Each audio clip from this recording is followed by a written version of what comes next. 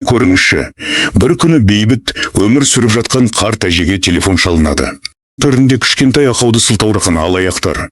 Оның барлық жинаған зейнетақысын ғана емес, сонымен қатар ол басқаратын қайырымдылық қорының 2 миллиондық қордың 2 миллион долларында бірнеше минут ішінде сыпырып әкетеді. Балалар мен науқастарға арналған болатын. Қайранында ақшаның айналғанын көргенде, олар қуаныштан билеп тойлай бастайды. Жақсылық жасауға арнаған, енді міне тақырға отырған бейшара Элоиз ханым бұл қорлыққа шыдамайып өзіне қол жұмсайды. Қатыгез бір нәрсені білмеді. Олардың бұл ісі әлемдегі ең қауіпті адамның қаһарын тудыратынын.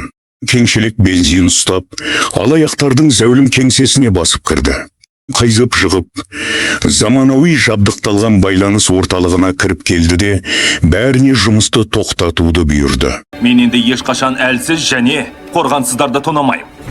Штан дірілдеген қызметкерлер оның айтқанын істеген соң, ол бөлмеге бензин шашып, миллиондаған долларлық құрал жабдықтарды күлге айналдырды.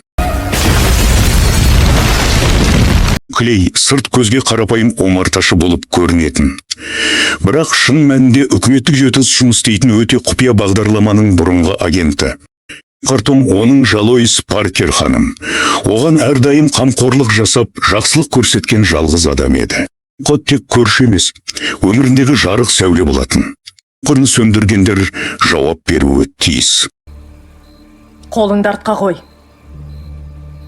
Өліміне кінәлілерді заңды түрде жазалағысы келеді.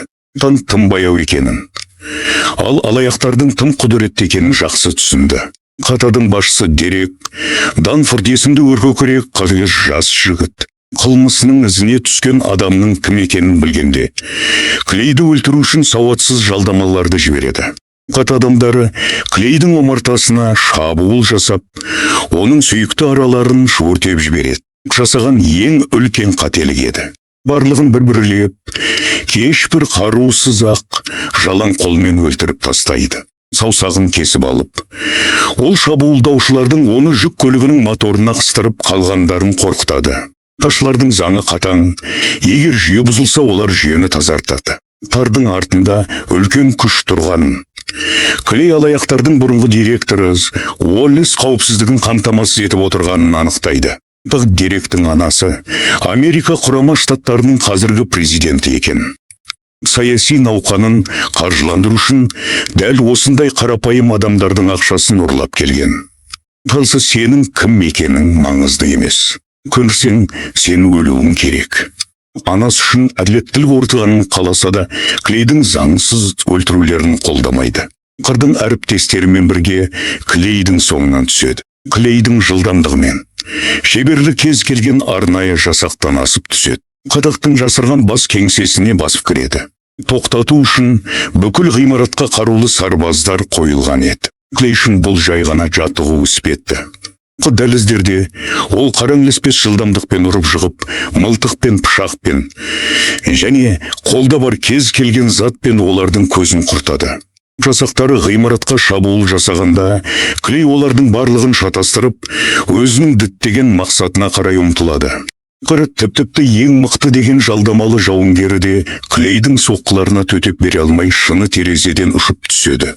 Ұстап қалып, оны өз кезегінде қару етіп жұмсайды. Кеткен Дерек өзінің анасы, яғни президенттің күзетілетін зәулім сарайына қашады. Тай агенттері, құпия қызмет және жеке күзет қоршап тұр еді. Жүк көлігінің астына жасырынып, қорғаныстың ең осал тұсынан ішке кіріп кетеді. Қарайдың ішіндегі қорқыныштан дүрбелеңдеді. Қайсыз жүріп, күзетшілерді бір-бірлеп істен шығарады. Бөлмеде Дерек анасының артына жасырынып, қалтырап тұрады. Қарсысына шыққанда, президент өзінің ұлының қандай айуандыққа барғанын, миллиондаған кінәсіз адамның қанын ішкенін естіп шок болады. Дерек өз анасын қалқан етіп, аман қалуға тырысады. Қашын бөлмеге кіріп, Клейге мылтық кезейді. Сөзіңе сенем. Әділдік пе? Қатынбастан барлық күзетшілердің көз алдында Деректің басынан атып жібереді. Кен Дерек жерге сұлай құлайды. Зұлымдық жойылды.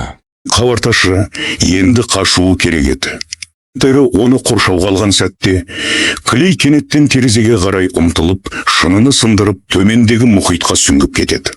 Қала жасырып қойған су астындала жабдыңғайып терең тұңғиыққа сіңіп жоқ болады. Есімі алаяқтардың жүрегіне мәңгілік қорқыныш ұялатты. Бізге мынаны ескертеді. Егер сен әлсіздерді жылатсаң, бір күні есігіңді омарташы қаңғуы мүмкін. Қылған кезде оны түзететін әрқашан біреу табылады.